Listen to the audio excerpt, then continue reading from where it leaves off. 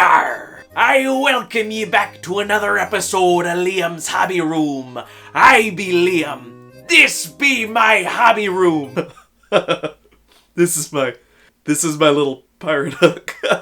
And today we're taking a look at the HGUC Crossbone Gundam X1 from the eponymous manga series. And that's right, despite pretty much every single Gundam fan clamoring for an animated series of Crossbone Gundam, it only exists in manga form. Have I read it? No. Am I gonna read it?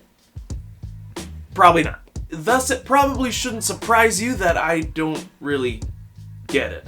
I don't understand why all of a sudden in the Universal Century timeline, everyone just at the same time decides to look and talk like pirates. I don't really get it. I don't know why they did it. I don't know whose choice that was. I'm not throwing shade. It's just not for me. However, when you build a lot of Gunpla, and I build a lot of Gunpla, sometimes you want to build something with, that's a little bit different. Not too different. Just a little bit different. Also, remember in the last video I talked about a contest to win a modeling book from Mook. Stick around to the very end of this video and I will announce the winner, and also talk about doing another contest. Here's the HGUC Crossbone Gundam. He's just a little guy. He's just little. This mobile suit comes from late in the Universal Century timeline, just after Gundam F91, and that's when mobile suits started to get smaller in size. Here he is next to the original RX-78-2 Gundam. And here he is next to the larger, but still 1:144 scale Gustav Karl. Here it looks like he's kind of at risk of being stepped on. What it lacks in size, however, it makes up for with aesthetic. The Crossbone Gundam, in case you had any doubts, has a whole pirate-themed design right down to the accessories it comes with. There's a beam pistol, looks like a little flintlock pistol, and a beam cutlass that really helps sell the image. It also comes with some beam sabers and some other accessories, but I don't have those. I don't know where they went. So you may ask, Liam, you scurvy dog! Okay, I'll cool it with the pirate accent, I promise. Why are you showing us this kit if you don't even have all the parts for it? That's because I picked up a really cool resin conversion kit online that can turn this kit into the Crossbone X2 or the X3, and they're really well cast, and I wanted to do that. I wanted to do that for you, together, on camera, and talk a little bit about working with resin as well.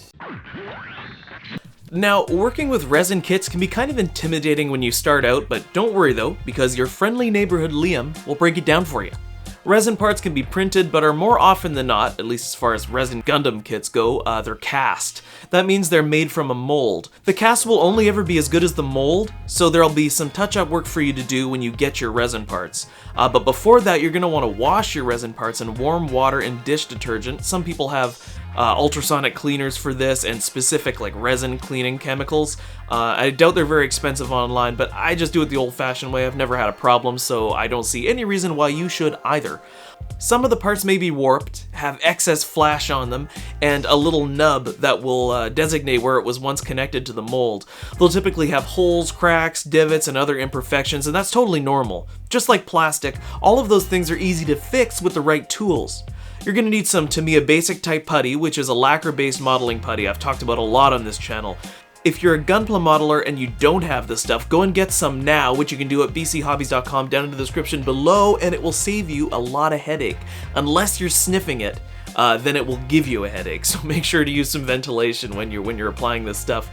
Sometimes you'll notice your resin parts are warped and bent out of shape, and this usually happens when the casted parts are removed from the mold. No problem though, you can pop these bad boys back into shape using the hot water trick or with some hot air, like from a hairdryer. So here I'm using some hot water, and I'm submerging the part to then gently bend it back into shape by pulling them taut. Make sure you don't use boiling water, as it can damage the resin, or if you're using the hairdryer method, just don't leave the hairdryer in one place for too long. It's also helpful to have epoxy putty, which is another thing I talk about quite a lot on this channel. So the epoxy putty I've taken to using lately is the Mr. Epoxy Putty Super Lightweight type. It's super lightweight, just like it says on the box. But you can use this to fill some of your larger holes and imperfections, and once your putties are cured, you can sand them down. Be very careful when you're sanding though. Resin can be a lot more brittle and unforgiving than polystyrene and is more impressionable. And obviously it's a reductive process, so everything you remove, if you remove too much, you're going to have to use some epoxy putty or something to build that back up. So when you're working with it, it's softer than polystyrene and it will sand down much faster. So just go slow and you'll be fine. Now, your regular polystyrene cement won't do the trick when it comes to gluing. That's because plastic cements are specially formulated for bonding two plastic surfaces together.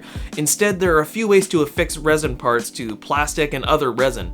The simplest way is usually the best way, and in this case, that's cyanoacrylate glue, or CA glue, or super glue, whatever you want to call it. They come in a variety of different thicknesses. There's applications for both, but regular will suit us just fine here.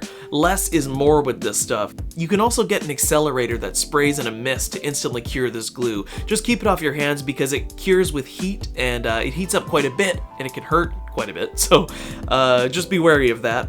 Even without using the accelerator though, it cures very fast in 3 to 5 seconds unless you've overloaded your part. So just use a little bit, and it'll be okay.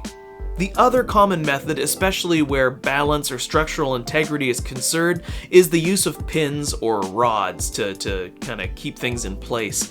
Drill a small hole with a pin vise or low power electric drill and insert the same size pin into that hole. Using a Sharpie or a paint marker, you can mark on the other piece. You can do a little test fit there to mark where the pin is going to meet the other side and drill into that as well. Then apply some glue and stick the two pieces together. You can cover up the join with putty. You may have to tap the rod into the resin part gently with a rubber hammer. Brass rods are easy to cut with wire cutters, so don't use your nippers. You're going to wreck them and it'll leave divots in them, and it'll be a real bad time. Once you've puttied, sanded, pinned, and or glued your parts together, you're ready to prime and paint. So definitely prime your resin parts first, especially if you've been surfacing them, because it's going to react differently than the plastic when you start painting it. So now I'm going to show off what this kit looks like just before I start priming. I haven't painted this thing yet, but when I do, I'll upload it as a painted build and show it off so you can see what I've done and all that stuff. And for a list of tools and supplies, check down in the description below because I've listed everything there, and that can get you on your road to start customizing and building with resin parts. If you have any questions with any of that stuff, ask me a question down below in the comments. I'm here to help you. I want to make your hobby journey as painless as possible. So, I did promise, let's get to contest entry time. Thank you to all the participants. I got way more than I expected, which is awesome. Sadly, I don't have a prize for everybody, but I do have a prize for the winner, so without further ado, the winner of the first Liam's Hobby Room contest giveaway is Zoe Lyons. Thank you very much for participating. I'll send you an email. I gotta get your details to get this booked to you, and hopefully it fuels your model building curiosity to get you working on some of your own customs. Next month, we're going to unveil a new contest giveaway. It's going to be a big deal. It is a model kit. I can't tell you more than that at this moment, but stay tuned for that. It's going to be great. You'll love it. So thank you very much for watching, and I will see you guys next time on Liam's Hobby Room. Where we can go tonight, the rhythm will make it right. I should get a little eye patch for Will. I should get an eye patch for Wilfred. You probably wouldn't like it. That's okay. That's okay. But he's a natural pirate.